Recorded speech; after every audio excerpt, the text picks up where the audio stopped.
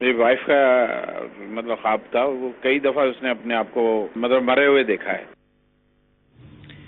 مرے ہوئے دیکھنا یہ بعض اوقات تنبیہ ہوتی ہے اللہ تبارک و تعالیٰ کی جانب سے۔ یہ بھی ہو سکتا ہے کہ اس کی موت کا وقت قریب ہو، اور یہ بھی ہو سکتا ہے کہ یہ بطور تنبیہ کے اللہ تبارک و تعالیٰ کی جانب سے دکھایا گیا۔ جب بندہ بالکل بے لگام سا ہو جائے اور گناہوں کے اندر جری ہو جائے اور پرواہ نہ کرے، حلال و حرام کی پرواہ نہیں کرتا، جائز ناجائز کی پرواہ نہیں کرتا، تو بعض اوقات جو ہے وہ اس کو قیامت کا منظر دکھایا جاتا ہے، بعض اوقات موت کا منظر اس کے سامنے پیش کیا جاتا ہے، بعض اوقات قبر کا منظر پیش کیا جاتا ہے، بعض اوقات قبرستان دکھایا جاتا ہے۔ تو اس طرح کی مختلف چیزیں جو ہے وہ نظر آتی ہیں، اور یہ حقیقت میں ایک مسلمان کے لیے بہتری کا سامان ہوتا ہے، ان معنوں پر کہ اس کو ڈرایا جا رہا ہے، اس کے لیے ایک تنبیہ کا سامان ہے۔ اور خوش قسمت مسلمان وہ ہوتے ہیں کہ جو اس طرح کے خواب کو دیکھنے کے بعد اپنی زندگی میں کوئی مثبت تبدیلی پیدا کرتے ہیں۔ جی ہاں، بہت سارے ایسے بزرگان دین کے واقعات بھی ملتے ہیں،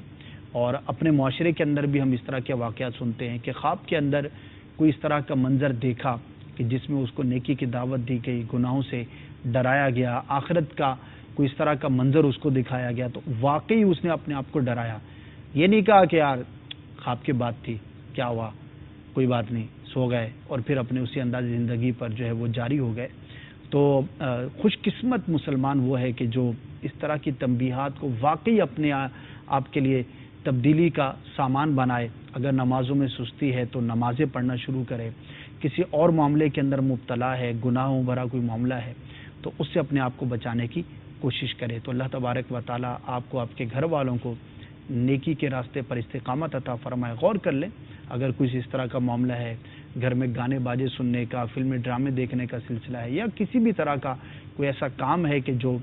گناہوں پر مشتمل ہے، تو اس سے فوراً سچی پکی توبہ کریں اور آئندہ زندگی نیکیوں میں بسر کرنے کی کوشش کریں۔ اسلامی بہنوں کے لیے بھی الحمدللہ دعوت اسلامی کے مدنی ماحول میں ہفتہ وار سنتوں بھرے اجتماعات کا سلسلہ ہوتا ہے، جو پردے کی رعایت کے ساتھ ہوتا ہے۔ اسی طرح ان کے بھی مدرسۃ المدینہ برائے بالغات کا سلسلہ ہوتا ہے، جس میں قرآن مجید صحیح طور پر پڑھنا سکھایا جاتا ہے۔ تو اپنے گھر والوں کو دعوت اسلامی کے ماحول کے ساتھ وابستہ کیجیے، انشاءاللہ عز و جل دین و دنیا کی بے شمار بھلائیاں اور برکتیں حاصل کرنے کا موقع ملے گا۔